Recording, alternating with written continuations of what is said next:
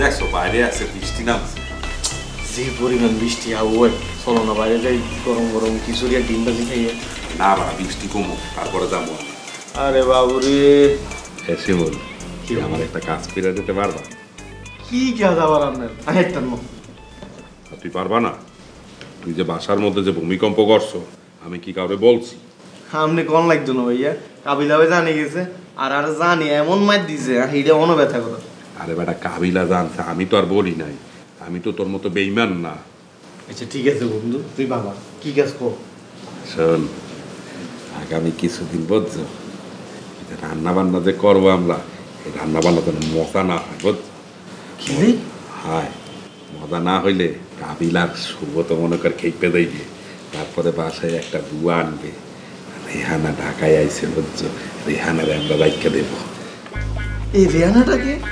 রেহানা হলে যে নাবিলা আছে না, তাদের নিকটতম আত্মীয়, খুব ভালো একটা মেয়ে, এক সেট ভালো রান্না করে বেড়া। হেভেডি আন্ডা রান্না করবো কিন্তু। আরে ও তো আমাদের বাসায় আগে রান্না করতো, এখন যেহেতু চলে আইসে ওরে রাইখা দেবো আমাদের বাসায়। এ হাবু ভাই, এই রেহানার লগে আপনার সম্পর্ক কি কোন তো? আরে কোনো সম্পর্ক না, মাঝে মাঝে একটু একটু কথা হয় আর আমার একটু পছন্দ করে। হিতি কি দেখতে খুবই জঘন্য, কালা। আমরা এই তুই কি উল্টো পাল্টা কথা বলো? দেখতে অনেক সুন্দর, গায়গতরও খুব ভালো।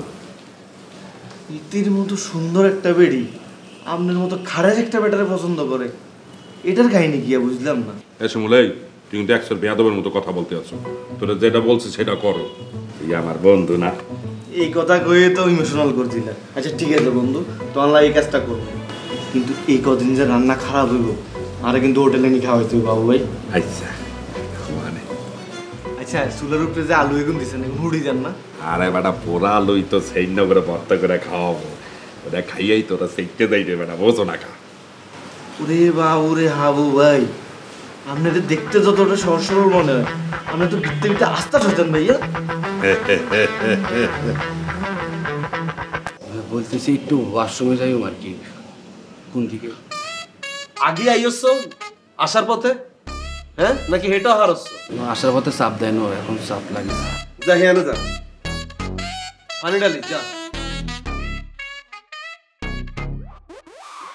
ঠিকই আছে, এসব অশিক্ষিত মূর্খ হলো না জীবন এরকমই হওয়া উচিত। তো করে বাপা কষ্ট করে হঠাৎ বিদেশে, তোরা বিদেশ একটি হামেশা কামা নোয়াখালীতে জায়গা জমি কিনে বিয়ে সাথে না করবি। তোর কোন ঠেয়া লাগছে তুই মায়ের হিসেবে মোবাইল ল্যাপটপ এগুন কিনে দিতে চাস?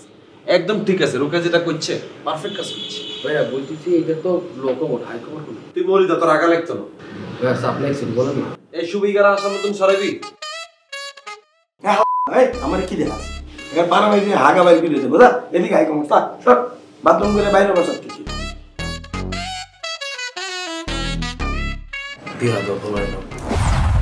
লাগাও না আরো জোরে ব্যাচেলার পার্টি সং, লাগাও না আরো জোরে ব্যাচেলার পার্টি সং, লাগাও না।